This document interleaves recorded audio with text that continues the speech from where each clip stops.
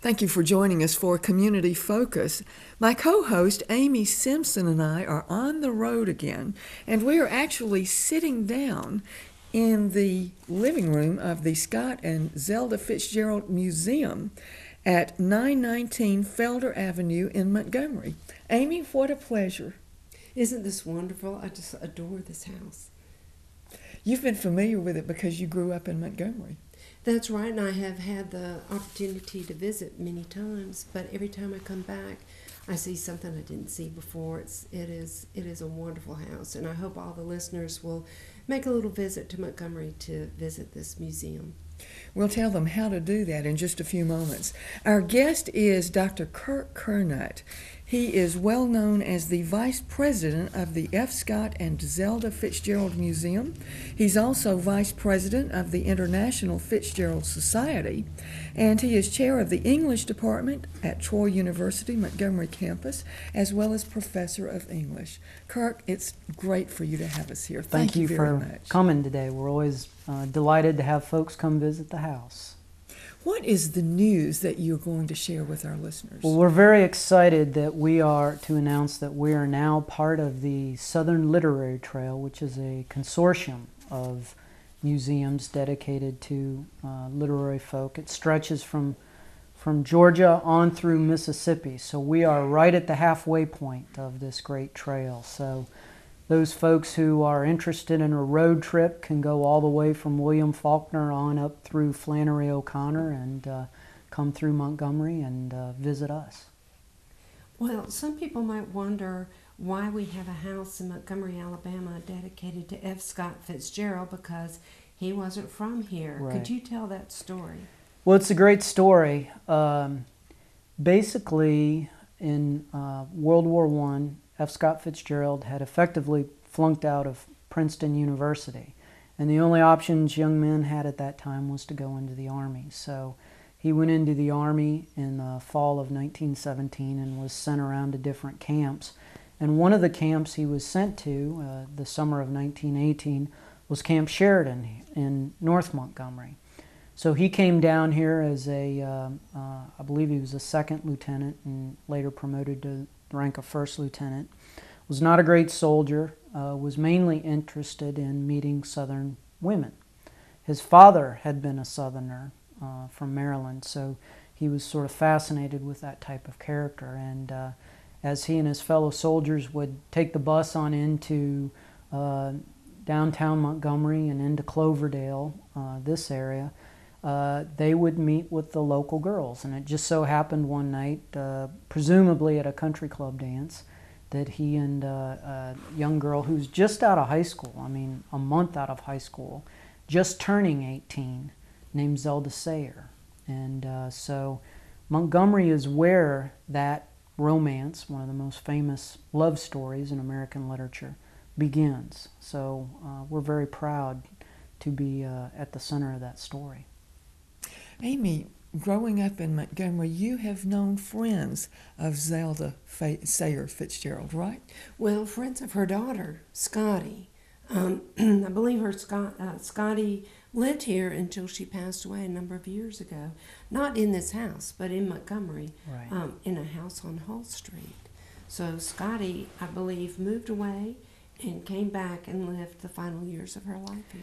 It's an interesting story that she did that, because I think essentially in coming back here in 1980, she was doing what her mother and father had done 50 years earlier. Zelda and Scott came back, and the reason we're in this particular house is because this is the house they rented in 1931 and 32. They never owned a home. That's one of the interesting bits of trivia about the Fitzgeralds, and I think it's a sign of the sort of peripatetic lifestyle that they lived, that they were never in one place long enough to really own one. When they came here, they came to Montgomery specifically to settle down. Zelda had just been released from a Swiss sanitarium after 15 months. It was an incredibly trying time in their marriage, in both of their careers. And the idea was to come to this sleepy southern town as a way of finding a low-stress lifestyle. What happened was they got here, and within a very short time, Scott was offered an opportunity to go out to Hollywood and write for the movies. And they really could not turn down that money. So he left. Scotty and Zelda were here for the majority of that time. And this is the house that they stayed in. Kirk, for the radio listeners, describe the house. And as Amy pointed out, we're here in Old Cloverdale, which at one time was considered a suburb of Montgomery. Exactly. You know, Cloverdale is really anchored by Huntington College, and that was here back in the days. This is, I guess you'd call it a Georgian manor, in the time since, it has been subdivided into apartments, but when the Fitzgeralds were here, they would have had the entire house. And so folks who come, when you visit us, basically we bring you into the right-hand corner of the house, and you walk in on what would have been, I guess, their living room, leading on into the, I guess it would be the kitchen facilities back then.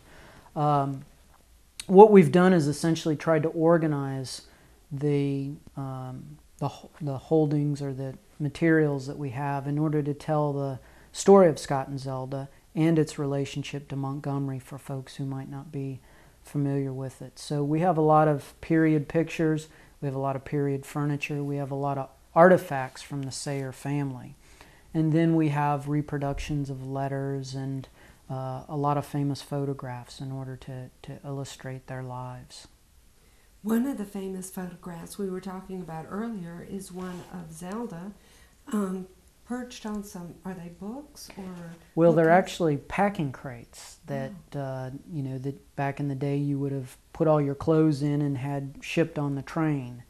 And so it's a very famous picture because it was used as the author photo for her one and only novel, Save Me the Waltz, the one and only she published, I should say. And it was taken here at the house. And if you actually look at the photo down on one of those shipping crates, it will say, it says 819 Felder Avenue because at the time they've since redone the numbers on the street. But, and there's actually, the photo was actually reproduced on a very famous biography of Zelda by Nancy Milford that just about everybody has read because it was a landmark book in the 70s. The interesting thing is if you read the name on the packing crate, they misspelled Fitzgerald, and that was something that I had never noticed for as many years as I had looked at that picture. I was just looking at a rendering of it on that Nancy Milford biography, and I thought, boy, that's a heck of a typo to make. And then I went and checked the original, and sure enough, it's there too. So it's kind of funny bit of trivia. Looking at this couple, you and I have discussed, Kirk, that they were considered the golden couple of the Jazz Age. He, of course, of international renown. Mm-hmm. And here we bring it back to Montgomery. This, as I understand it, is the only Fitzgerald Museum in the world. Right. I don't think it's slighting Montgomery at all to say they lived in much glamorous places. I mean, they lived in Paris, they lived in Vevey, Switzerland, they lived New York, California. But the reality is all of those places are either gone or they're private homes, and you simply can't even get into them. Even the home he was born in St. Paul, Minnesota, which was a surprisingly lower middle class home, is a private residence still. So we're very proud of the fact that this is the one and only place they ever lived that the public can get into.